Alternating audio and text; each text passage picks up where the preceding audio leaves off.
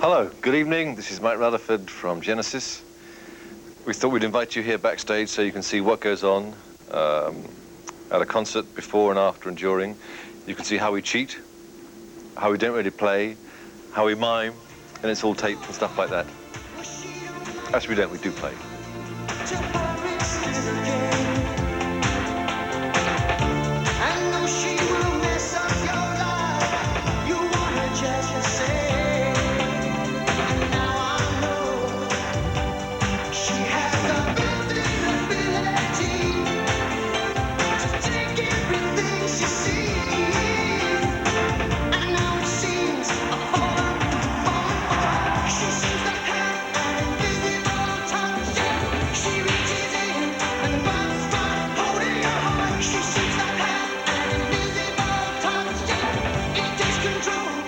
We always all like the most recent stuff best of all. It's kind of what you've just done, and it's what you want to be doing most of all. And so you choose as much of that as you can, as much as is playable. On this album, we're playing virtually everything apart from Anything She Does, which was a difficult song to do. And other than that, we just sort of go back through our past with songs that we still have an affection for. The emphasis always tends to be on more recent stuff, I think, but we're doing songs going back as far as 1973 on this tour, because in speaking for myself, I'm proud of our whole career, really, and I like songs from every period.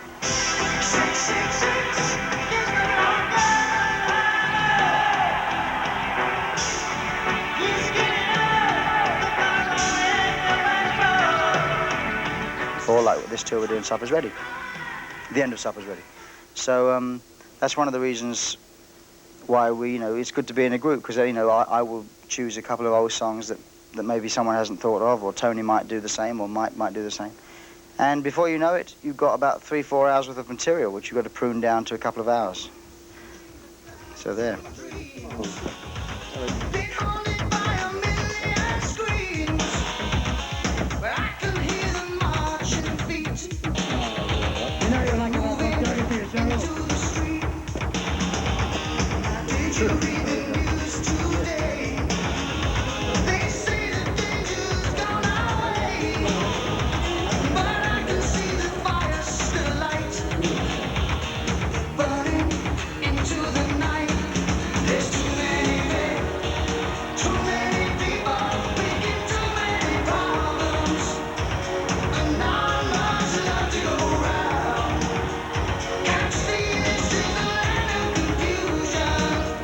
Land of Confusion is a song, it's almost a protest song. I actually wrote the lyrics to this one. It's a song that is the nearest I've ever come to actually making an out-in-the-open statement. I normally make little comments about things in a subtle sort of an aside way. It's really about how we live in a very nice world and what a mess we're making of it, and how it should all be so easy and how it's all so difficult. It's a kind of 80s protest song. It's taken me this long to write my first protest song.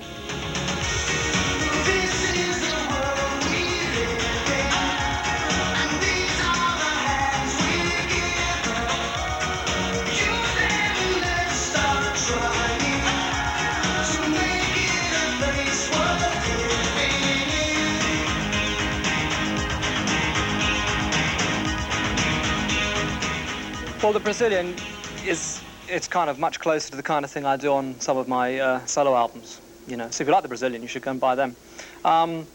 It's which no one does.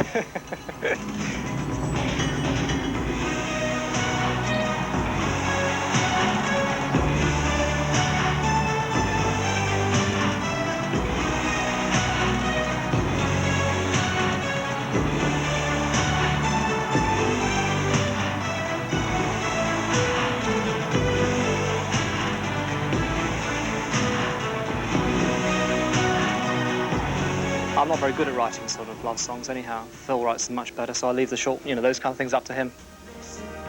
You know I love you, but I just can't take this. You know I love you, but I'm playing for keeps. Oh, I need you, I'm not gonna make this. You know I want you, but I'm in too deep. So listen.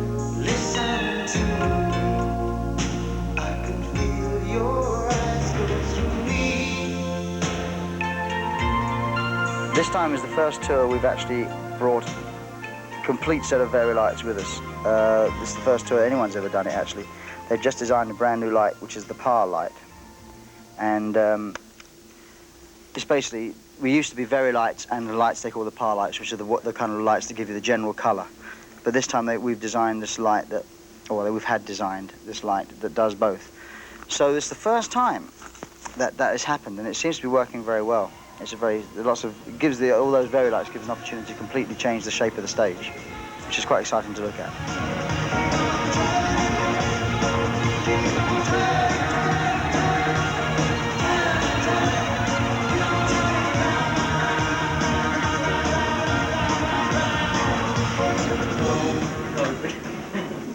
Oh, right. So right, okay. Look, it's not boring yet.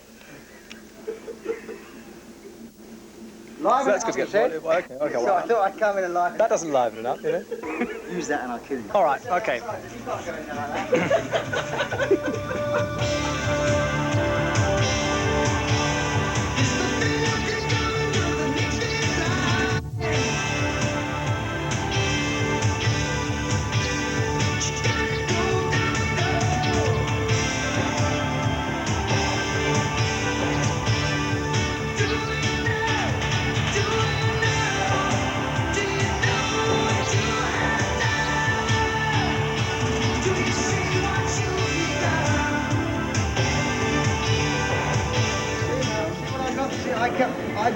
I got 2 of these tonight.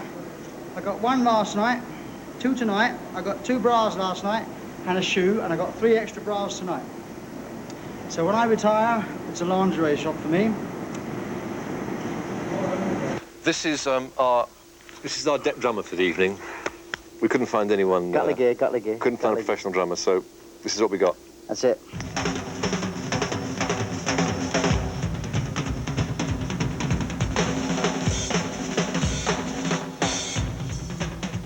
Chess has been with the band, I'd say, for 10 years, and I first came to hear of him with a Frank Zappa album called Live at the Roxy.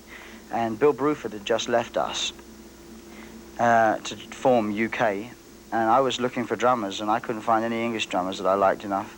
So I started buying some albums of American drummers and heard this Live at the Roxy album with Frank Zappa, and Chester was on it playing with another drummer.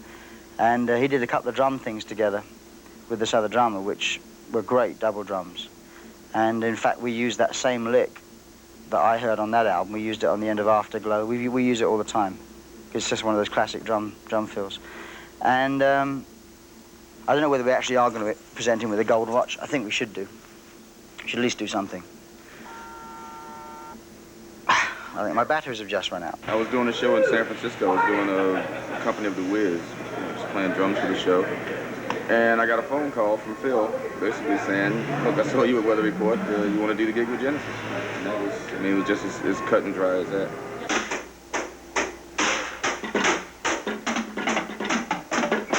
You're on MTV, man.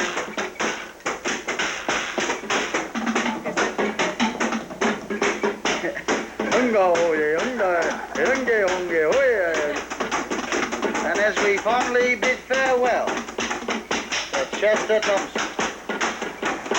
When Steve Hackett left the band, I wasn't sure if he wanted a bass player guitarist or a guitarist who could play bass. And I did quite a few auditions and saw various people. And then Darryl came along in New York, and we automatically, I thought, hell, he'll do.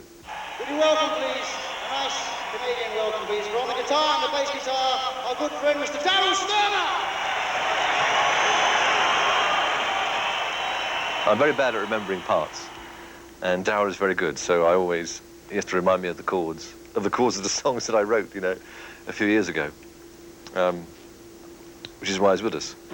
Mike Rutherford, in fact, auditioned me in New York City, and from there it's history, basically. What do you want to know? Do you remember what the first gig was? No, I don't. I don't. I can't tell you that. Great on film. I don't know what the first gig was. This is no good for you.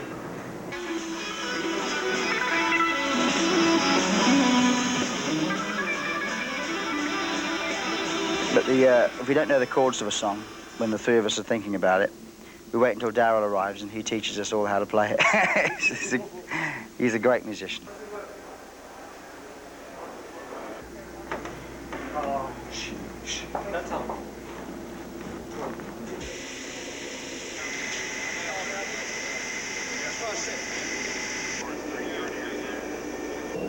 No, I think the thing I dislike most about touring is flying, which is something I kind of I'm sort of better at it than I used to be, but I don't like flying at all. I'm a very nervous flyer, and you have to do so much of it when you're in a group. But I decided a long time ago, when we first started going on the road, that I either had to accept it or give up being in a group, and I decided I would accept it. Maybe next tour I could stay in the same hotel as you guys. Okay? Yeah. A Holiday Inn's a nice hotel.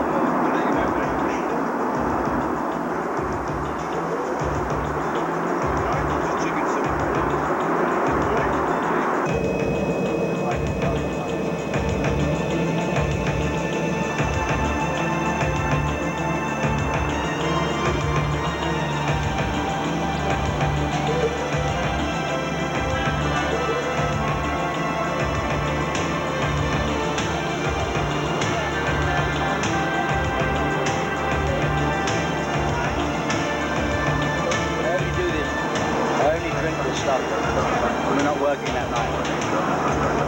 Never drink on the day of a gig. Apart from that little vodka that you saw me with last night before the show. That's all I ever do.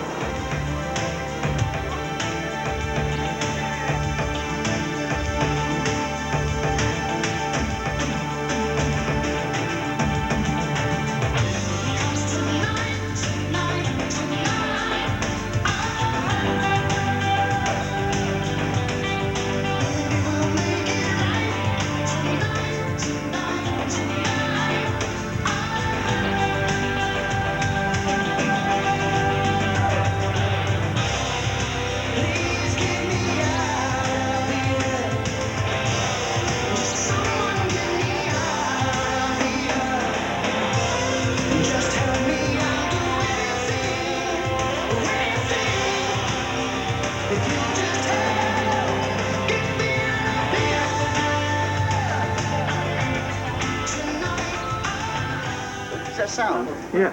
Oh.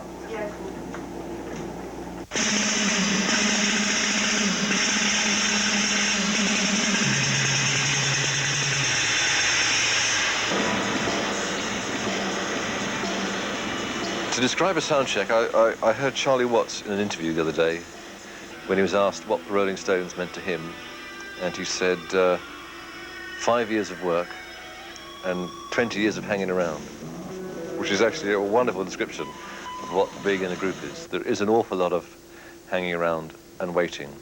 The most important thing we're after at a sound check, apart from running through a couple of songs, just so we hear what the sound's like in the hall, and the sound man who's mixing the sound out in the audience can get a rough idea of how the show's going to be, is to just kind of get, and you've got to check all your gears working. The most important thing is just to sort of feel acclimatized to the hall. Can I live together? Can I live apart? And that's the situation.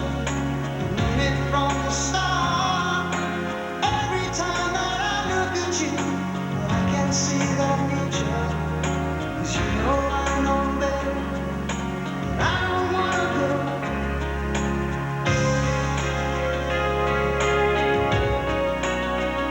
Just throw it all away. Throw it all away. I need my jacket. Should we go on first, warm the crowd up, and then the tune comes on first? No, really well done, please. Well, they left me behind, that's the thing. Hi. Hi.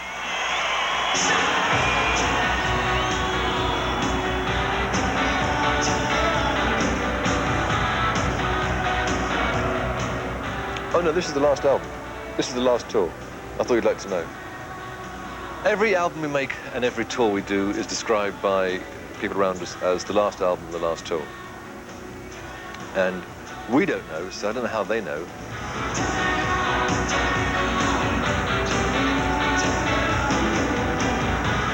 The show itself is the most entertaining part for me. I really enjoy you know, I'm not a natural performer on stage, but I do enjoy being up there and being part of a sort of, there's something very exciting about being sort of part of a thing where it involves more people than just you to produce the sound. You know, it's a sort of exciting thing because it's something that can only come together when you're all in the same place.